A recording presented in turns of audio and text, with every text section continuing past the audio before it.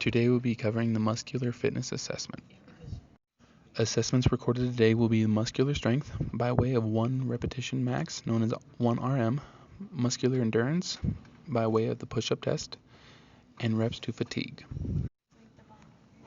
For the run rep max strength test using the back squat, we will need 1 squat rack with an Olympic bar and weights, also bar clips to keep the weights from shifting. A spotter should always be used when lifting moderate to maximum weight. For the muscular endurance test doing the push-ups, you will need some floor space with optional mats. For the 1 RM protocol, always begin with a 5 to 10 minute warm-up consisting of a low-intensity aerobic exercise. Perform a specific warm-up using a light weight for several repetitions. 8 to 10 repetitions is usually suggested. Initial attempts should be 50 to 70% of the perceived capacity of the individual. 3 to 5 reps should be achieved. Remember to rest 3 to 5 minutes between sets. Progressively increase the load by 2.5 to 20 kilograms until the lift cannot be completed. The 1 rep max is the heaviest weight successfully lifted through full range of motion. Here you will see me conducting a specific warm-up with a light load in order to get used to the movement.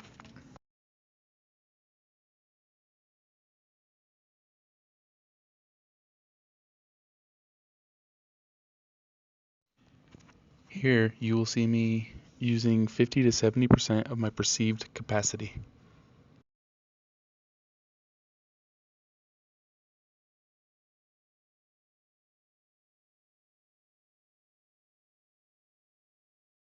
After resting 3 to 5 minutes, increase the weight by 2.5 to 20 kilograms per attempt until 1 rep max is achieved.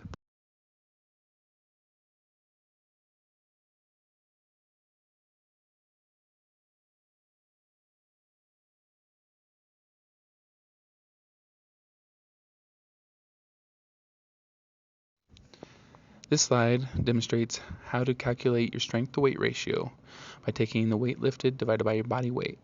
As you can see, my ratio was 305 pounds lifted divided by 210 pounds body weight equals a 1.45, which classifies me as excellent. The difference between a submaximal strength test and a maximal strength test is the intensity at which the exercise is performed.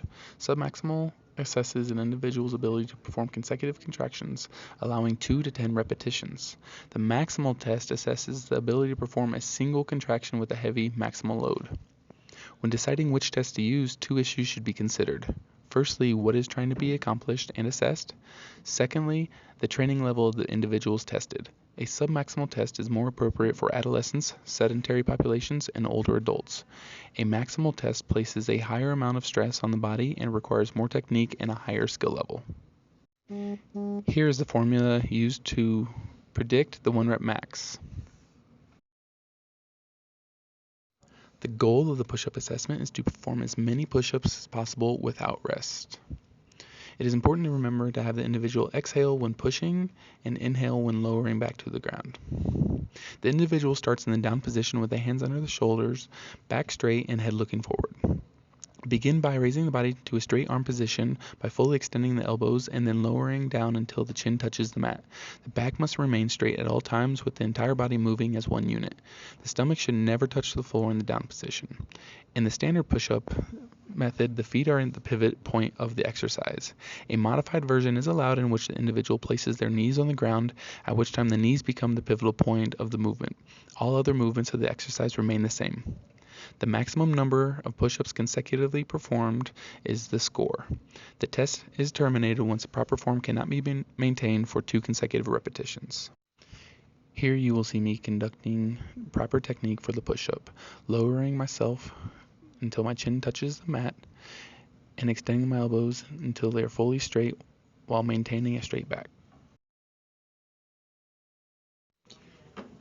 Here you'll see Priscilla demonstrating the proper technique for the modified push-up. As you notice, the knees are down, the legs are together.